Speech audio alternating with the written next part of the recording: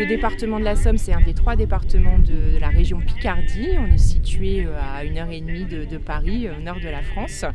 Et nous, la Somme, la bataille de la Somme, c'est vraiment très symbolique pour les Britanniques et pour les nations du Commonwealth. Donc ce matin, on a visité le mémorial franco-britannique de Thiepval, qui est l'un des mémoriaux majeurs sur le circuit du souvenir, qui commémore les 72 000 soldats britanniques et sud-africains dont les corps n'ont pas été retrouvés. Donc on a visité également le centre d'accueil et d'interprétation qui se situe au pied du mémorial et qui introduit la bataille de la Somme. Actuellement, nous sommes au mémorial Terre-Neuvien de Beaumont-Hamel, où on a un très beau réseau de tranchées qui a pu être conservé. Et c'est ici qu'ont combattu donc, les Terre-Neuviens pendant la bataille de la Somme. Des tranchées aussi bien conservées sur un territoire aussi vaste et accessible au public, il n'y a qu'à Beaumont-Hamel qu'on peut en trouver, dans la Somme en tout cas.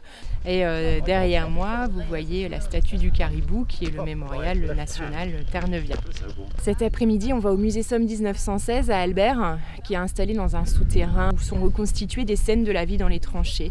Donc c'est un musée très réaliste qui donne à voir ce qu'ont vécu les soldats dans les tranchées. Nous sommes au cœur des champs de bataille. La bataille de la Somme s'est déroulée à 2 km de la ville d'Albert. Et donc voilà, le musée va essentiellement parler de cette bataille qui s'est déroulée le 1er juillet 1916 jusqu'au mois de novembre 1916.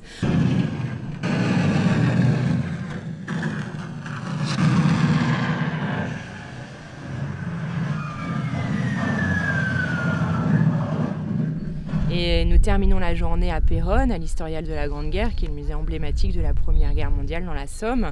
Un musée qui compare les points de vue français, britanniques, allemands, et qui nous explique à la fois les causes, mais aussi les conséquences du conflit, le déroulement de la Grande Guerre. Donc un très beau musée qui est inséré dans les fortifications médiévales du château de Péronne.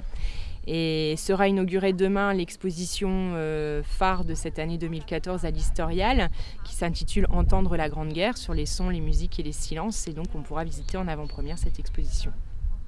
Paradoxalement, on peut dire que la Première Guerre mondiale est presque trop documentée en images, mais en son, eh bien, on a très peu de choses, alors que c'était la première expérience que les soldats allaient avoir en arrivant au front.